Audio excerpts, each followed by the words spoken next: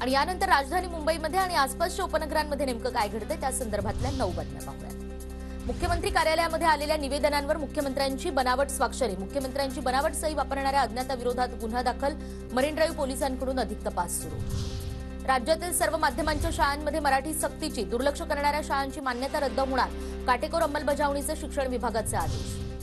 Air India express कंपनीकडून आगामी उन्हाळी सुट्ट्यांच्या पार्श्वभूमीवर विमान फेऱ्यांमध्ये 40% वाढ, एप्रिल महिन्यापासून वाढीव फेऱ्यांची सेवा प्रवाशांसाठी उपलब्ध होणार।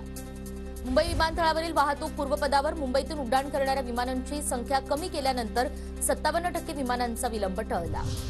मध्य रेल्वेवरील धोकादायक शिव उड्डाण पुलाच्या पाडकामासाठी नवीन तारीख, 10वी-12वीच्या विद्यार्थ्यांच्या परीक्षेच्या कारणास्तव पुलाचं काम पुन्हा 1 महिना पुढे ढकललं।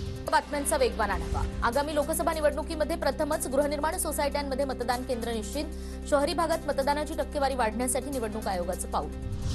कल्याण डोंबिवली पालिका नगररचनेतील 2 कर्मचारी निलंबित, बांधकाम आराखड्यामध्ये फेरफार केल्याप्रकरणी आयुक्तांकडून निलंबनाची कारवाई।